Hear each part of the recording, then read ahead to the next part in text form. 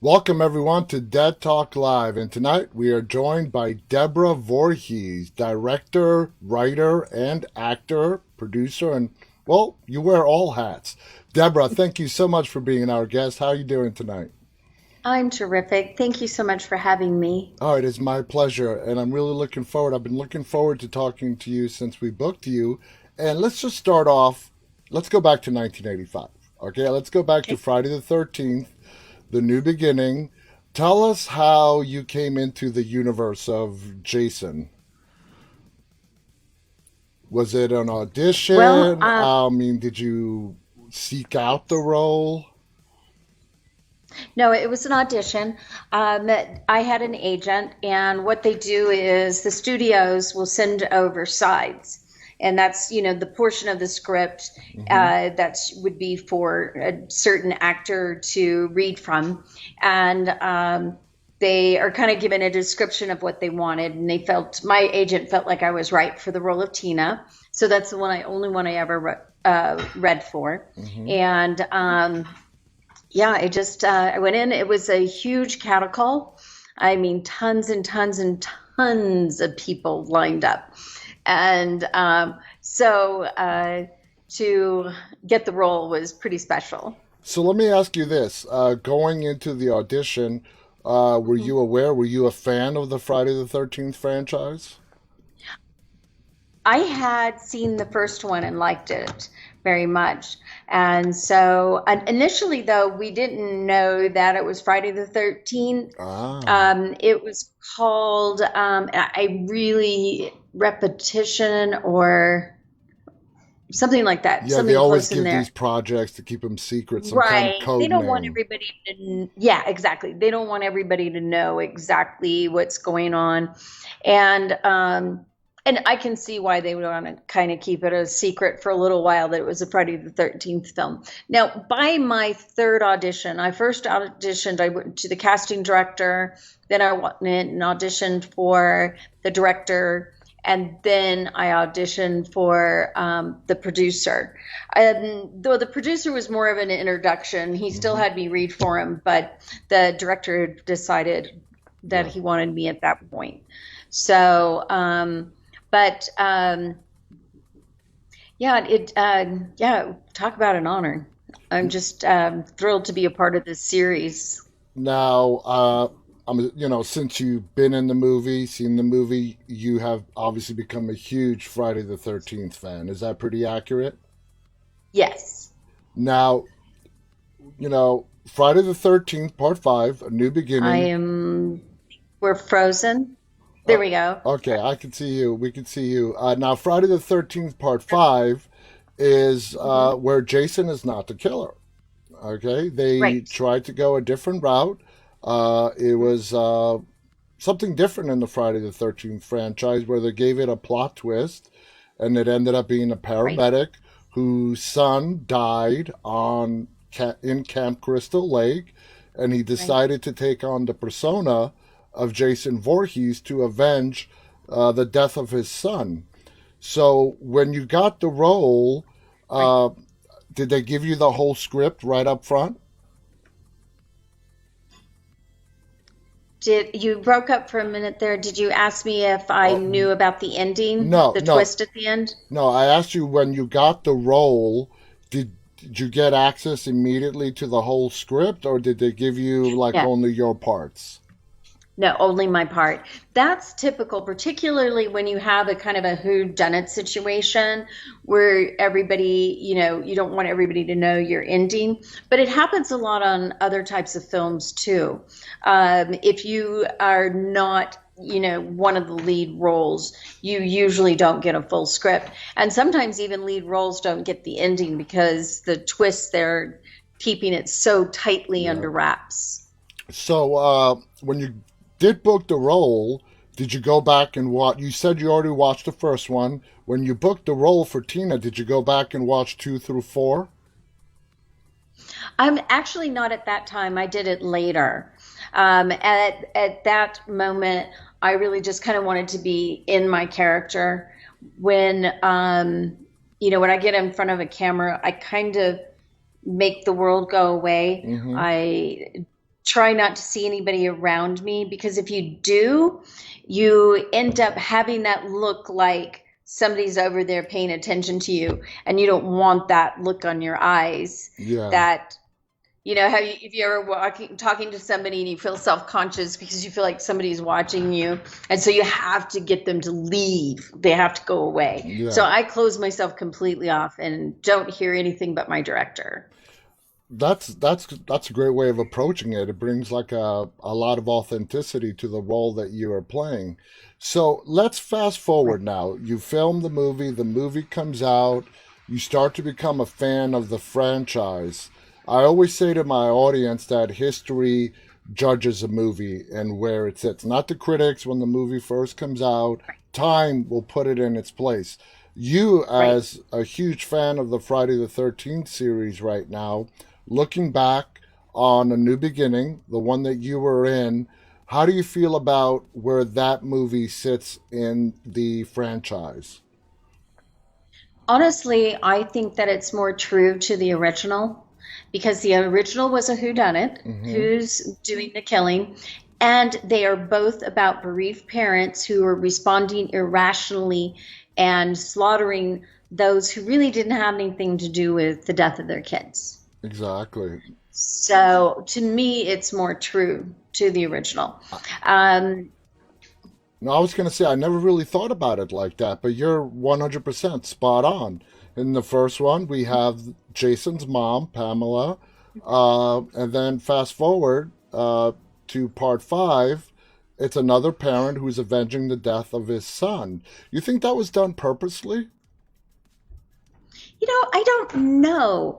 I kind of would think so, but I'm not really sure. I do think they were trying to go a different direction because supposedly Jason was completely gone. They had looked at maybe having Tommy Jarvis come back and basically be the Hmm. killer for the next one, which I think would have been a really interesting take. I like that angle because that's very realistic. And Hmm. to me, when there's realism in there, it gets a lot scarier. Yeah. Just like in 13 Fanboy, it's not about a guy in a hockey mask who comes up out of a grave and starts killing people. That's great fun. It's fantastic fun. But it's not realism. No. You don't sit there and go, after you get out of the movie and get to the parking lot, you're not looking for some undead creature to come and attack you. But in something like 13 Fanboy or a Who Done It, like the situation with the first one, that's a human being who is doing the killing. Hmm. One of the things that I think would have been nice in part five, and that could have made it even more of an intense Who Done It, is if they would not have arrested Vic, Yeah. let him escape. So you start thinking that it might be Vic doing it. And then you're suspecting Tommy and Vic. And some people are kind of still wondering if it's Jason come back to life.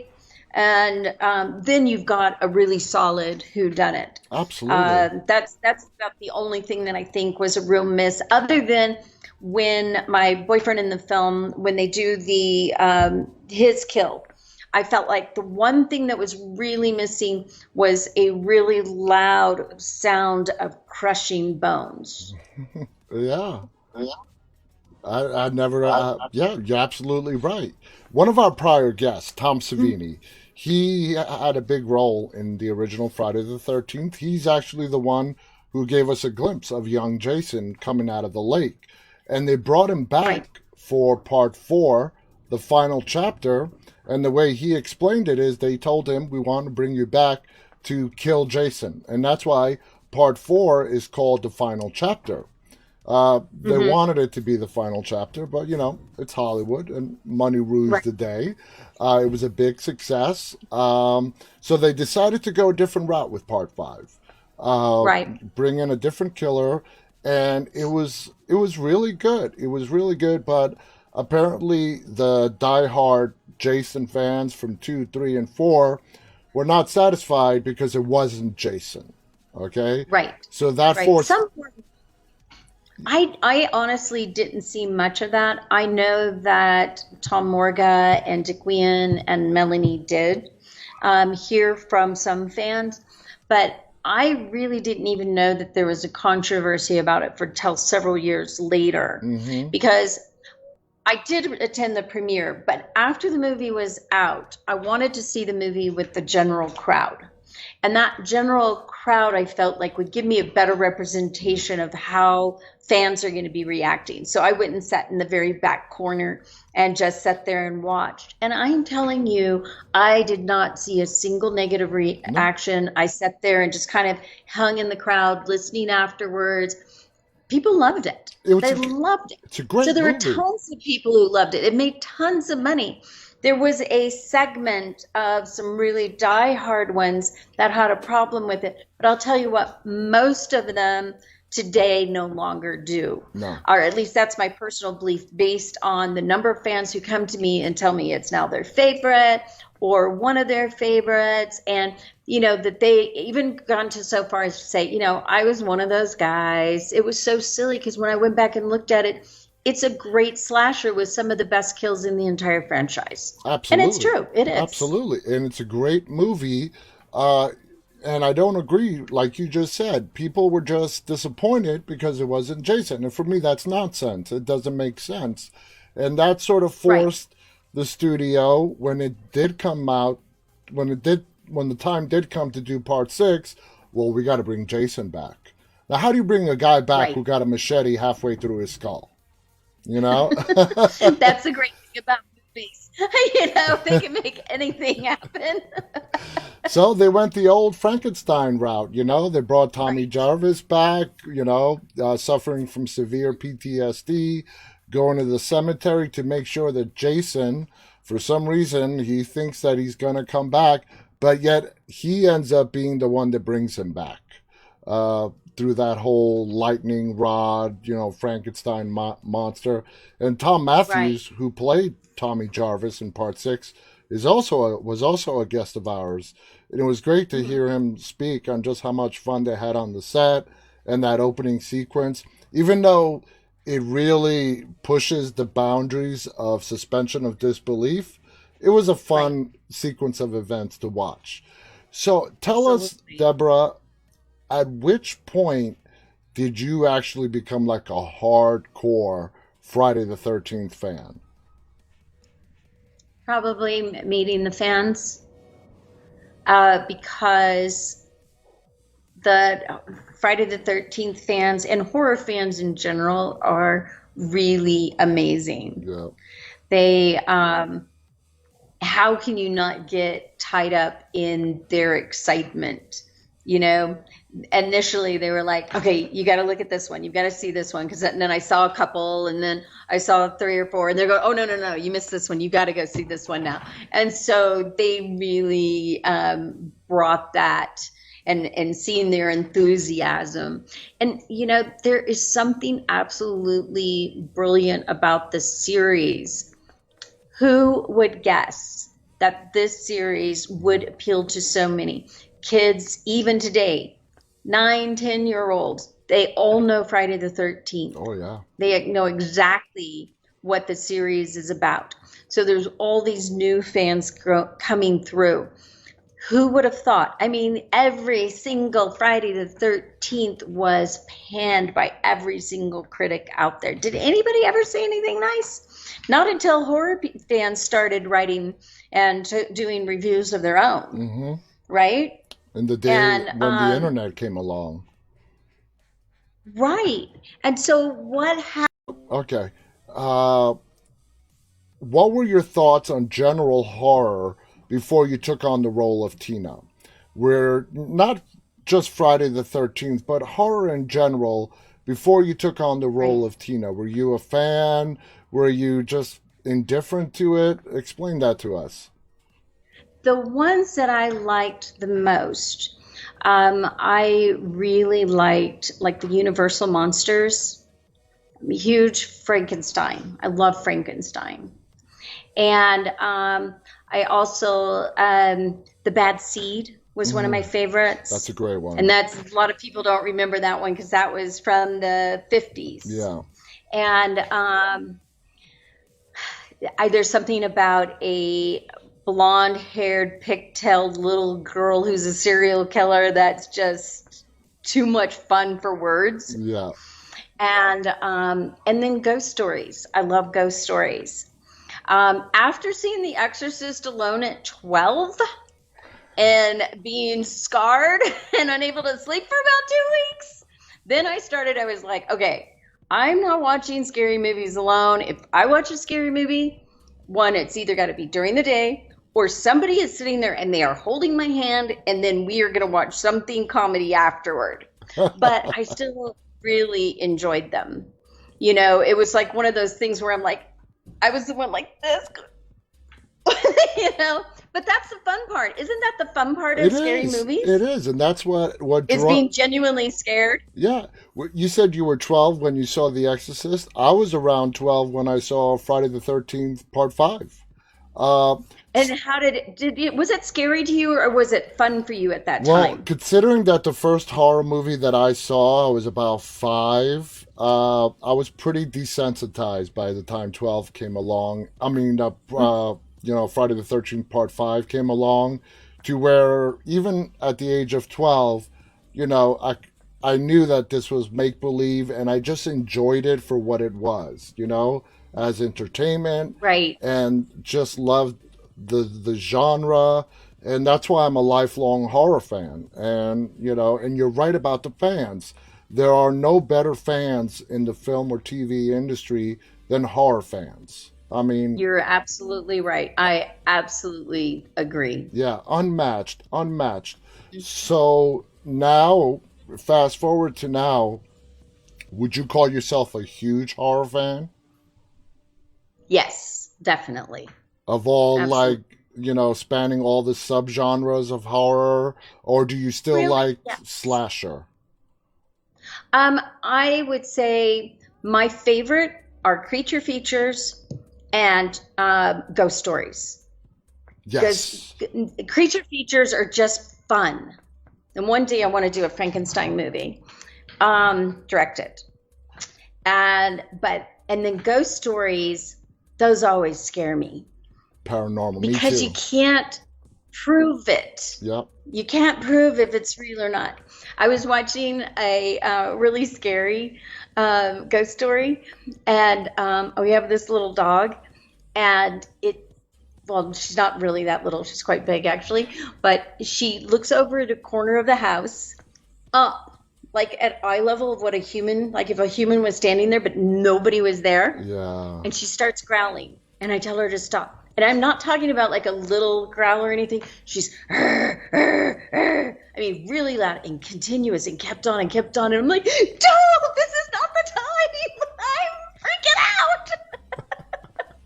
That is so true about paranormal movies. I think though that's out." my favorite subgenre because Mhm. I believe in it. And to see it Right, on the screen, yeah, Hollywood embellishes it with right, everything, but it's the fact that it can happen. I do believe in it. That is the only subgenre right, of horror that I can say to this day truly terrifies me. And going back right. to, It really gets me. yeah, I mean, I remember the Amityville Horror and those beady Mhm. red eyes. Oh, God, I had nightmares about those beady red eyes. And, talk about ghost stories. The Amityville Horror has to be one of the top. So, at which point in your career did you step into behind the camera, directing and whatnot? That was about 10 years ago. I did a film that I could basically, it was me going to film school to learn the behind the scenes stuff. And I directed and produced a film called Billy Shakespeare, Mm-hmm. made tons of mistakes and did a lot of things right. But I learned so much. It's a what if comedy about what if Shakespeare never existed until now. And then after that one, I went on and did a kind of like an arty dark comedy, Mm-hmm. which was like in black and white and everything. But it was about a socialite who was obsessed with the whole idea of murder. And I still would like to expand that concept into a full-fledged slasher or, serial killer type film at some point. Then I started doing a lot of shorts for a little while and music videos and working on things that were very specific to things that I wanted to do. I.e., since I want to do a ghost story, I did a short about I did it from Othello because I'm a little bit of a Shakespeare geek too. And in Othello, right at the end, when it's the murder scene with Ophelia, or not Ophelia, I'm sorry, running blank on the name for the moment. But anyway, it's he's murdering his wife. Yeah. And instead of my Iago was a woman and a ghost, an ex-girlfriend, whispering in his ear to kill her. That's an interesting And take. it was all contrived.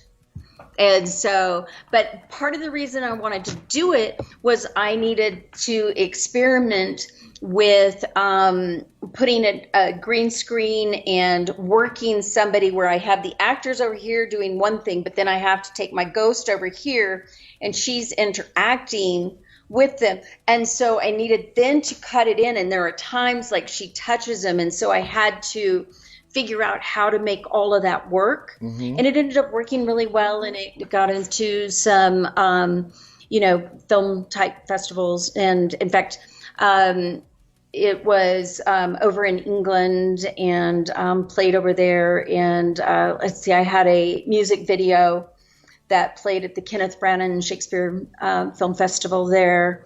And so it ended up being really good for me because it kind of gave me some of the chops to know what to do and to be prepared. And I want to do a crazy, crazy, scary ghost story. When did writing come into the picture for you? Have you been writing your entire life? Very early. Okay. Yeah. I was a journalist for many years. After I left Los Angeles and basically stopped being an actress, I went and got my journalism degree.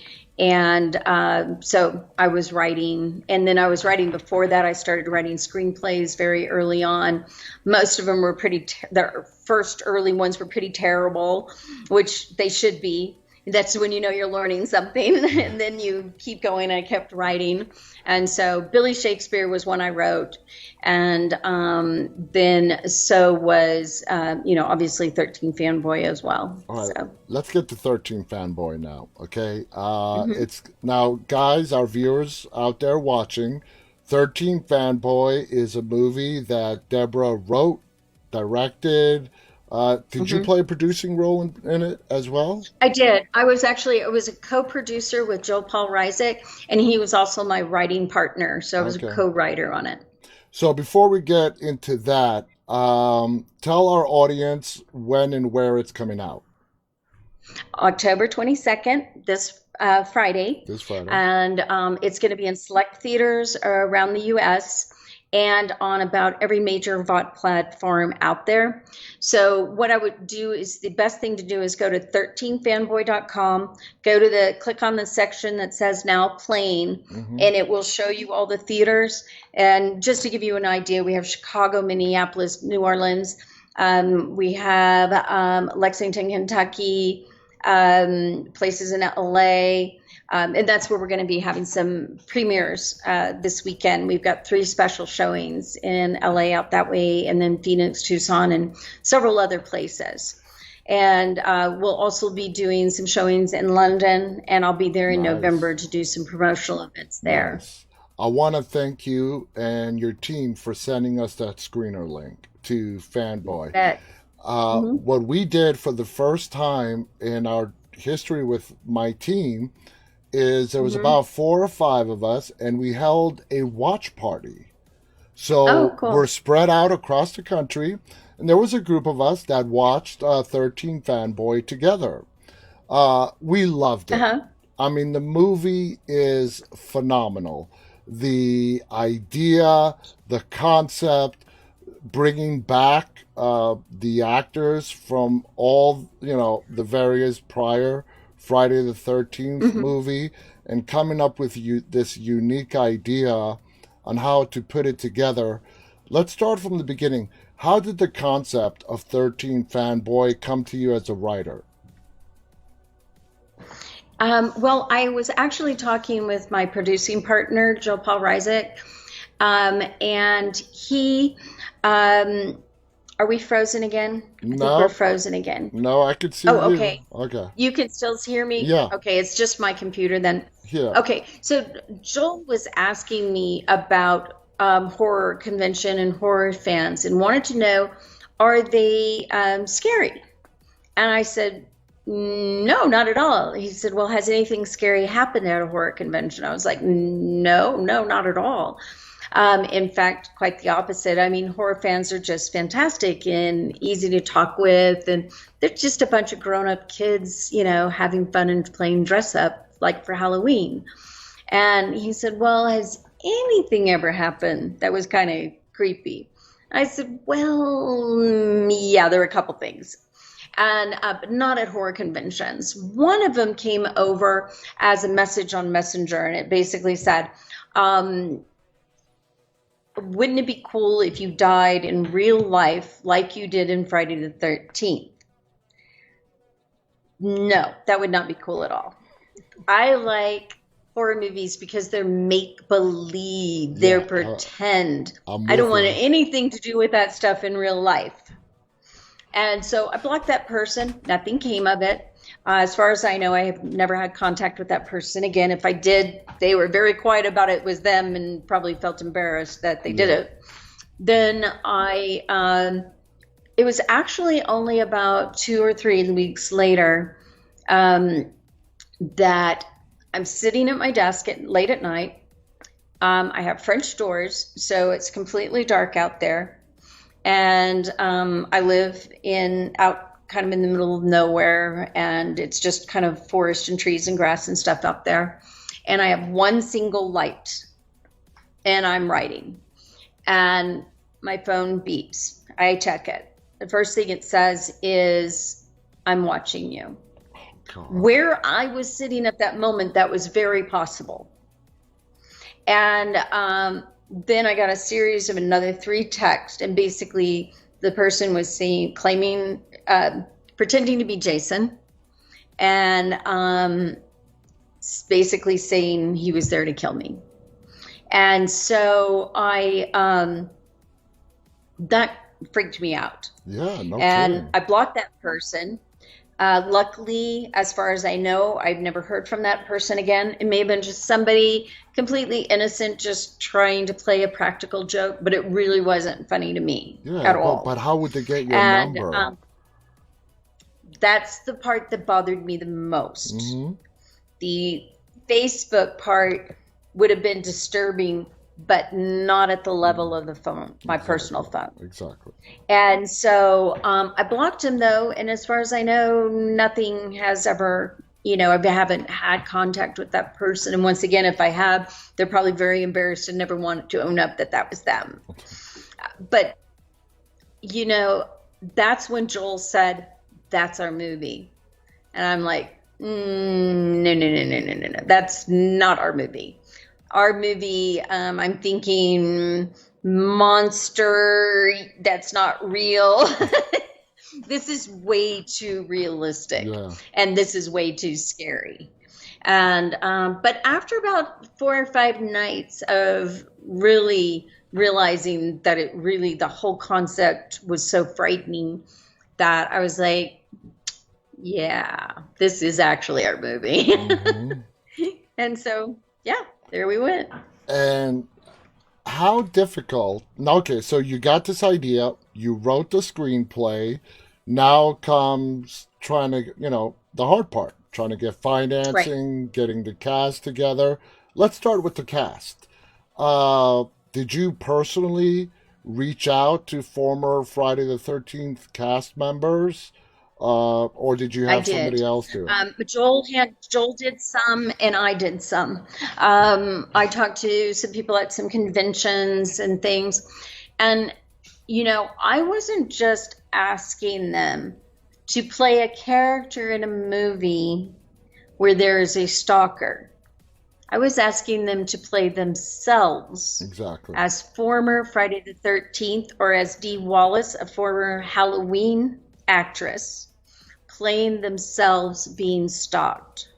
There is a level of fear that goes up way, way more. Playing a character is not personal. Playing yourself is very personal. And so some people immediately loved it and were on board. Like Dee Wallace was actually that way. She says one of her first comments was, "Why hasn't anybody done this? Why didn't anybody think of this? This is brilliant. Let's go." It is, yeah. Right? Mm-hmm. And so then Tracy Savage came on right away. I did talk to Adrienne King about being part of the story, but she had a stalker in real life, so it was way too close for her for comfort. Yeah. And so she passed. But then Lar Park Lincoln, we brought her on board, and she had a stalker for 6.5 years. So everybody deals with that kind of thing differently.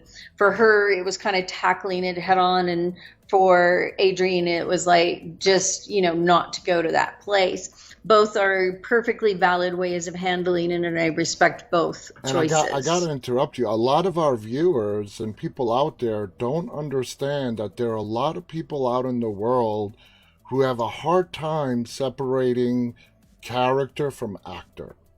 And it's scary. Right. It really is scary. Talking about somebody who had a stalker for 6.5 years, man, I can't even imagine. How terrifying that is. And Adrienne's was a very serious situation as well. She has yet to share with me the details of the her situation, but yeah, it is a very different thing. There are those handful of people. My guess is that maybe they're missing a little bit of their frontal cortex. Yeah. And Adrienne, I think it's probably. I'm sorry, Adrienne, we've spoken with her. She's one of the sweetest, nicest people out there. Oh, she is. Yeah. She's lovely. So, yeah. And go on. So I think though that you're right. I mean, there are people out there that have trouble. And so that's what we were really looking at with Fanboy is we didn't want him to be just this killer with no understanding for who he is or how he became, because this is more realistic base. And with that, I wanted the monster to be at least semi-relatable, in that you might understand why he might feel the way he feels. And if you were left alone and put into a basement and didn't have much interaction other than the actors you saw on Friday the 13th and Halloween, many people might end up having a natural connection to him where they feel like they're their family. Yeah. And so he really felt betrayed when he wrote to them, wrote to the actors, and never got a response. Yeah. That totally makes sense.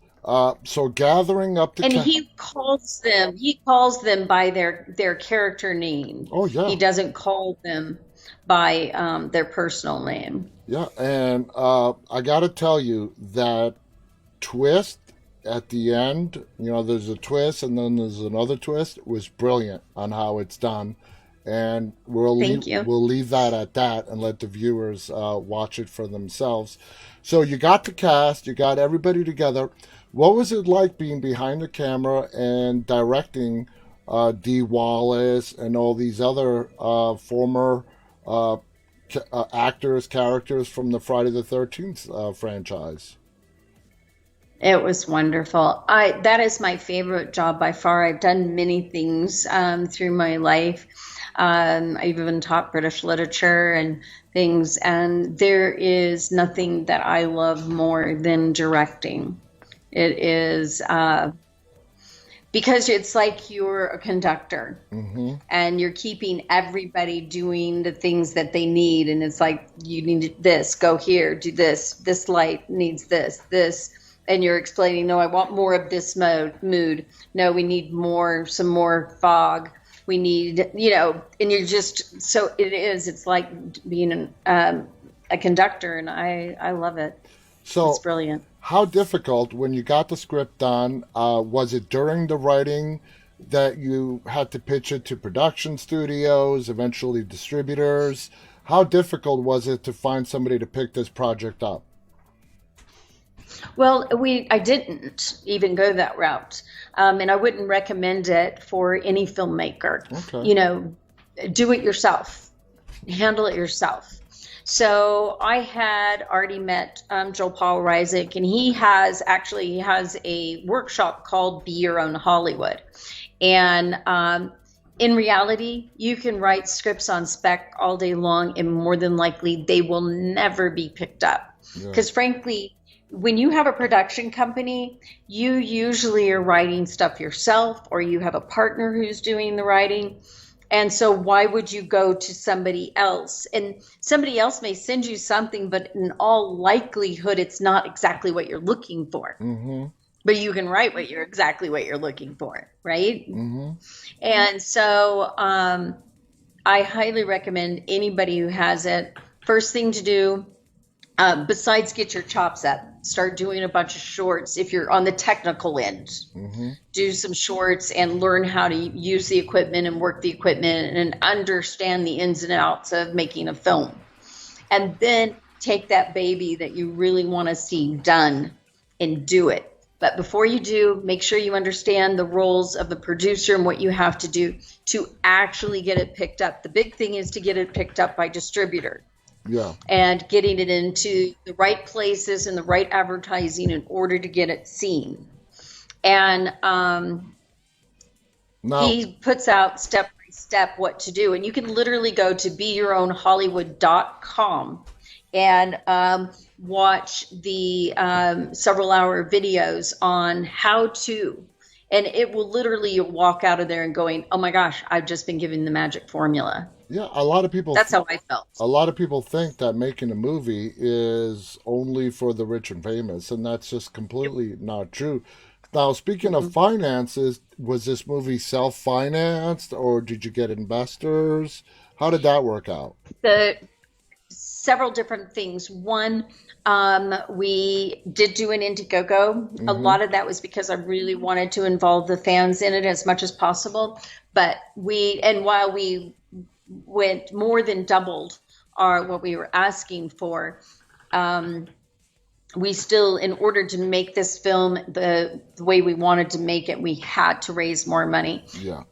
And so, yeah, we raised it via investors, And both Joel and I together.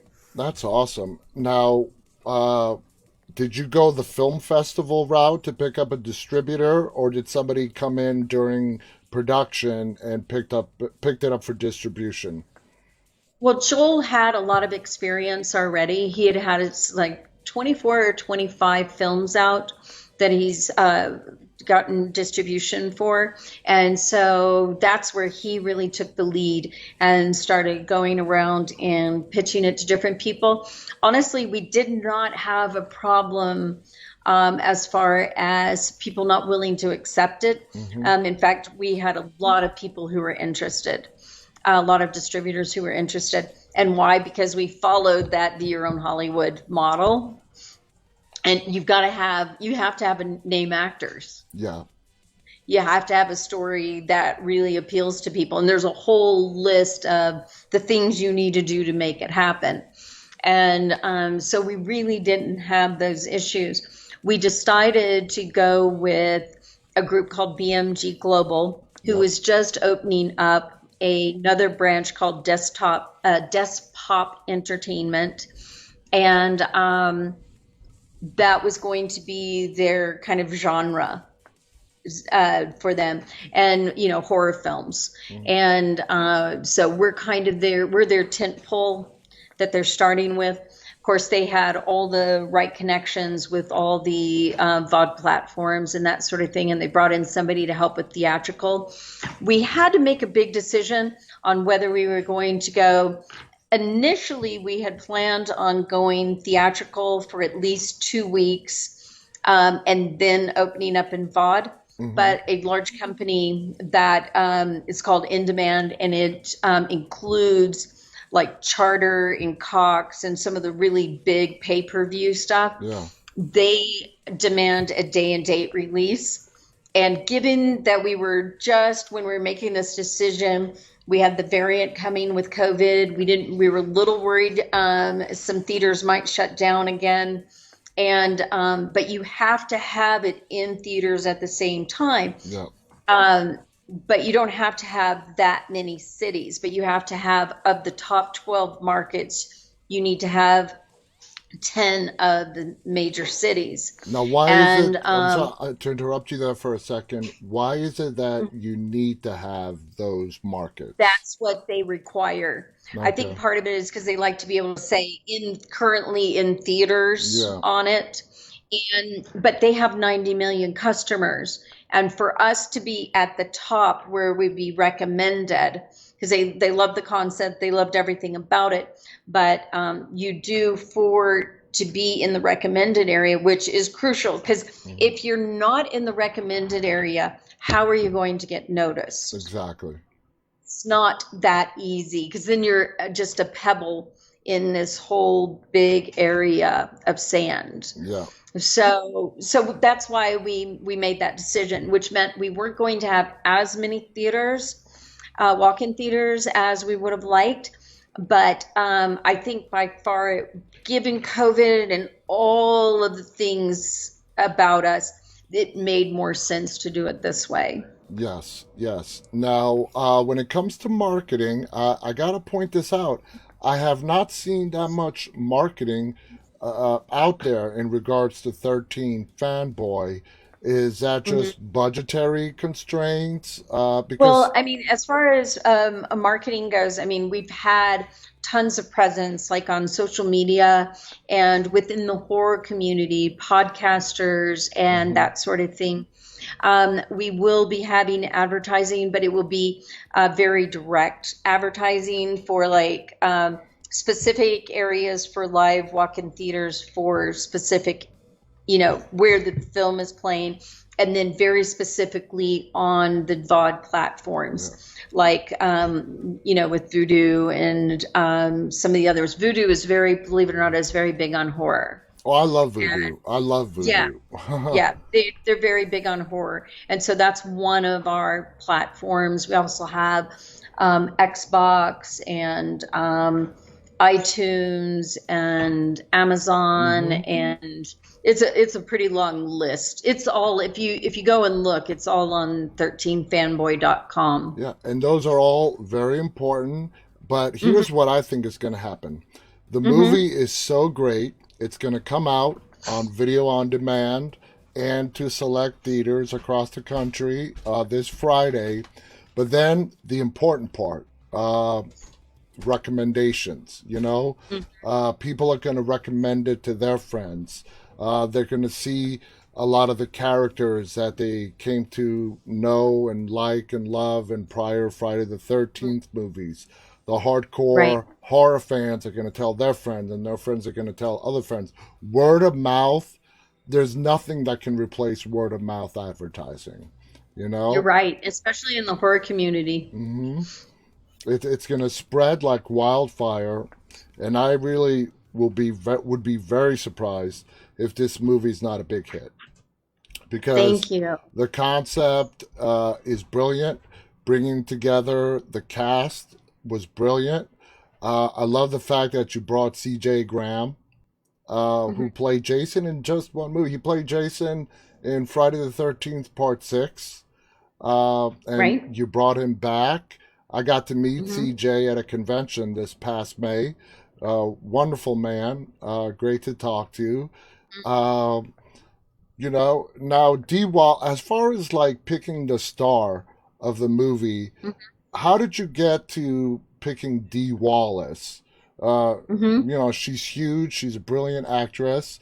Right. But with a cast like this, what made you hone in on Dee Wallace being the center of the story?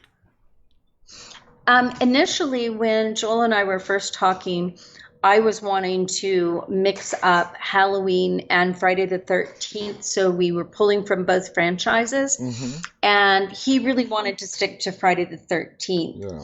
I don't think one was necessarily a right or wrong answer. It was just a choice. Mm-hmm. And so initially, we kind of concentrated on what was going on with Friday the 13th. And in time, though, out in the back of my head, I just felt like Dee was the one I wanted. And so finally, we sent her the script, and she agreed. And I think that woman is brilliant. Oh, yeah. And after meeting her, she's also got the kindest heart. I just adore her. But as an actress, man, she know her stuff. She just gets in there and she makes it seem effortless Mm-hmm. because she immediately walks in and she is, her character. And in this situation, she was being asked to be herself. Mm-hmm. And that's not always the most comfortable thing for any actor. What do you mean I'm going to be myself? No, I'm an actor because I want to pretend I'm someone else, And obviously there is a lot of pretending. Mm-hmm. Let me see. There we go. Obviously there's still a lot of pretending when you're playing yourself because it's a fictional situation. Yes. But I couldn't be more thrilled to have her in the film. She's just amazing. She is. She's brilliant in the film. How long did the shoot take? We had an initial 11 days of shooting in July of 2019 because we had very limited availability for both Kane Hodder and for Corey Feldman. Mm-hmm. So we shot those, and then we prepped and got ready by that January 2020 and finished. And that was another 24 days and then a few days in LA to get, you noticed that there were some shots and some people who lived or were visiting LA. Yeah. And so we needed some stuff in a car. Judy's house was supposed to be in LA. And while we shot, her home was actually in Ruidoso, New Mexico, of all places. We found a place that actually looked like it could be LA. And, but then I needed an outdoor establishment shot. And so I found a nice beach house that we could rent for a couple hours and do some drone shots around it. Nice. And use that. So I gotta ask you this question. When it comes, because you mentioned Corey Feldman, and Corey Feldman was Tommy Jarvis in the final chapter. But why he doesn't play himself in 13 Fanboy? That's right. Right. So how was that decision made? He was the only one who isn't playing himself. And so when we talked with him, that was the first thing that he basically said he didn't want to be himself. He wanted to play a character. And it made sense because he was going to be playing kind of a creepy producer that didn't fit him. Yeah. Whereas we tried to find things about each person to add in something that was very realistically them. So it felt like them. But Corey was one where it absolutely is not him at all. No. And so he could just, be bold and broad, and he's great comic relief. His character is funny. His character is very, very... He basically took the script, got the general idea, and 100% ad-libbed from there. Really? 100%. Yes. Wow. Well, and which just cracked me up. I mean, if it didn't work and if it was bad, it's a director's nightmare. And there was definitely some juggling and things I had to do to make all the scene work. But it was so funny and so good. I knew we were just looking at comic gold. There is no way I was going to Yeah. rein him in. Now, the movie, since it's coming out this weekend, have you had a chance to bring the cast together for a special screening before it goes wide? That will be this weekend. Okay. We'll have, not everybody will be able to be there, but quite a few members of the cast will be there on, we have a Friday showing, a Saturday showing, and a Sunday showing in the LA area. The Sunday one is actually in Orange County. The Friday night showing will be at the Dynasty Typewriter, which is the Rita Hayworth Theater. Mm-hmm. And then we have the Limley NoHo. And then we have in Orange County and Santa Ana, we have the Frida Cinema. And all three of those will have question and answers with some members of the cast. And then I'm also bringing in my cinematographer, Ben Meredith, and my composer, Tamer Surrey, to be a part of it. And at all of them, Adam Marcus, who directed Jason Goes to Hell, Part Mm-hmm. 9, will be there and will be hosting it for me. He's a dear Wow. friend of mine. And so I was really hoping he would do it because I know he will put so much into it because he's a very charismatic man. And so I was hoping that maybe he could do one or two of them, but he told me a few days that he'll be there for all three of them. So So I'm just thrilled. you're going to have a very busy, busy weekend this weekend. Are you excited or nervous? Yes. Are you excited? More excited, I have to say. More excited. Yeah, I would think definitely. so. I mean, you just must be thrilled that the day has come, and especially Right, you shot this before COVID. Yeah, you didn't have right, to worry about anything with COVID, and now the time has come. Time for the movie to be seen. I think it's going to right. get rave reviews. The fans are going to love it. It's, Friday the 13th, like the big slasher movies from the 80s, Friday the 13th, Halloween, Nightmare on Elm Street, they have survived and generation after generation. And to bring a different aspect, a different angle to Friday the 13th, a franchise that we have not gotten a new movie for a very long time because of legal issues, and to bring just a little bit Right. back of that franchise to us, thank you. I just wanted to say thank you for Well, giving, thank you. you know, it I'm just thrilled. it means to us a lot to us as fans who grew up with the Jason Voorhees and the Michael Myers and the Freddy Kruegers to get a different Right. angle and a different perspective. My producer wants me to ask you before the movie's even released. He wants me to ask you any ideas of a follow-up sequel to 13 Fanboy? Absolutely. If this is something that the fans really respond to and they love it, we will definitely be doing a sequel.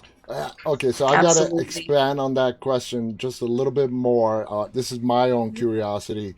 Would you stay with the Friday the 13th theme, or would you kind of maybe go to the Halloween theme or something else? That's a really good question. Honestly, we've been kicking around that idea for a while.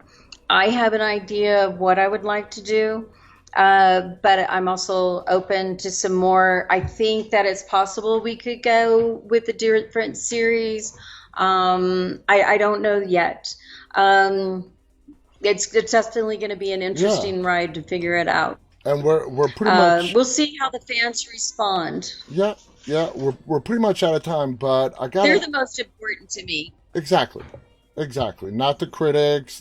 People get No, paid to no, write please. No, I reviews. mean, I respect the critics. I was a journalist for a long time, but at the end of the day, the It's the fans. fans, It's about the yeah, fans. It's about the yeah, fans. absolutely, Uh, absolutely. One final question before we have to go.